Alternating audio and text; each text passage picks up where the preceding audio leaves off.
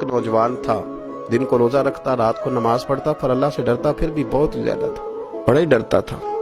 मौत का वक्त आया, माँ ही थी बस उसकी, तो माँ से कहने लगा, अम्मा मेरी माँ है, मेरे साथ 3 वादे तो कर।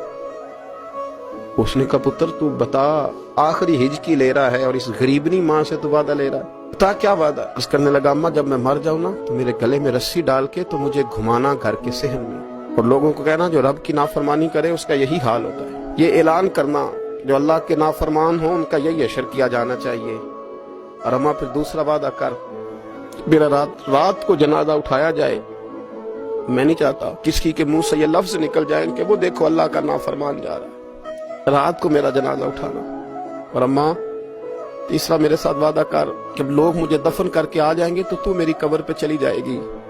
अमल मेरे पास कोई नहीं, पर मुझे लगता है माँ के कदमों की बरकत से अर्श का मालिक भी रहम फरमाएगा। अम्मा तू वादा कर। बाबा साहब रहमतुल्लाह अलैह फरमाने लगे, माँ बूढ़ी माँ ने वादा कर लिया। कहा बेटे ठीक है, तेरी यही जिद है तो मैं तैयार हूँ। फिर उसने कलमा शहादत पढ़ा, उस नौजवान की रूह परवाज कर गई।